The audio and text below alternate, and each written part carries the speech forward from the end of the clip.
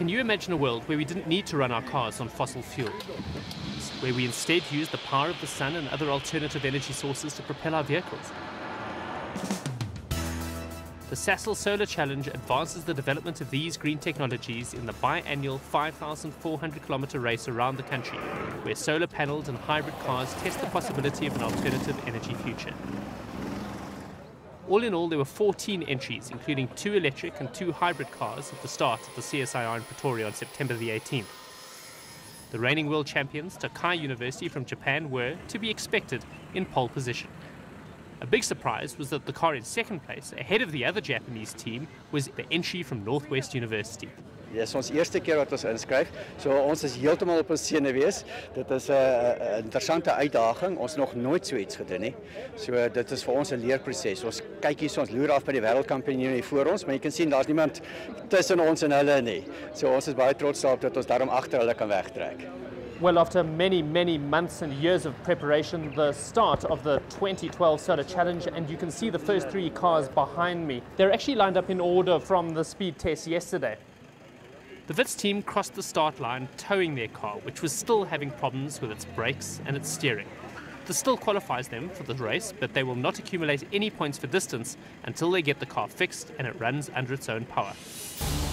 The fragile flyers merged into the traffic to start their 5,400-kilometer race around South Africa. For 3 days, they raced westwards towards Springbok, with the 2 Japanese teams way in the lead. The Wits team, on the other hand, were buying parts along the road and working on their car at every stop. Cleaning the dust off their solar panels was the only maintenance the champions had, and even in the rainy and overcast conditions, they could keep up their speed over the 550-kilometer leg from Springbok to Cape Town, where the stopover was at the Canal Walk shopping centre. And as expected, the world champions, Tokai University, well in the lead.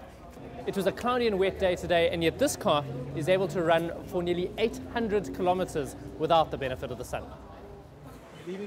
At the driver's briefing before the start on Sunday morning, they were warned against the wet and windy conditions they would encounter leaving the Cape.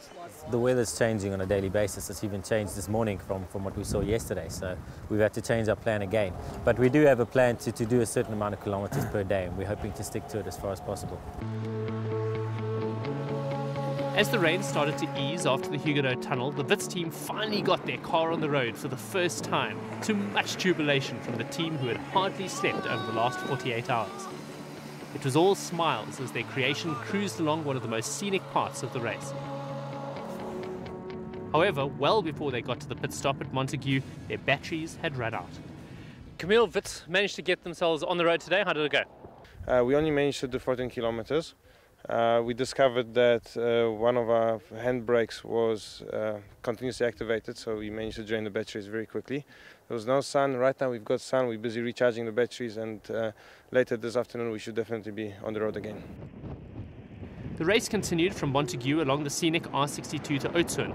At this stage, the leading South African car was Appelus from the University of KwaZulu-Natal. Cameron, you've just finished one of your longest days. The biggest hassles you've had to deal with? Overheating problems and battery management system problems. That cuts out when the voltage of the batteries becomes too low, so we just set it a little bit lower so we can just keep pushing. The Wits team arrived with not much more on their plate that day, but with a never-say-die attitude.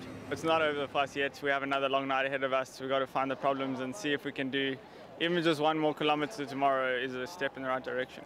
1, go! Good luck, sister. Go safely. Racing under overcast skies, they reached the Southern Cape coast for the first time on their way to East London, after which they headed northwards and uphill to Bloemfontein, passing through historic Queenstown and crossing the Orange River. The next day it was south again to Pietermaritzburg. A speed trap along the way clocked the Tokai team at 97 kilometers an hour. From Pietermaritzburg it was north again to the final stopover at the casino in Secunda.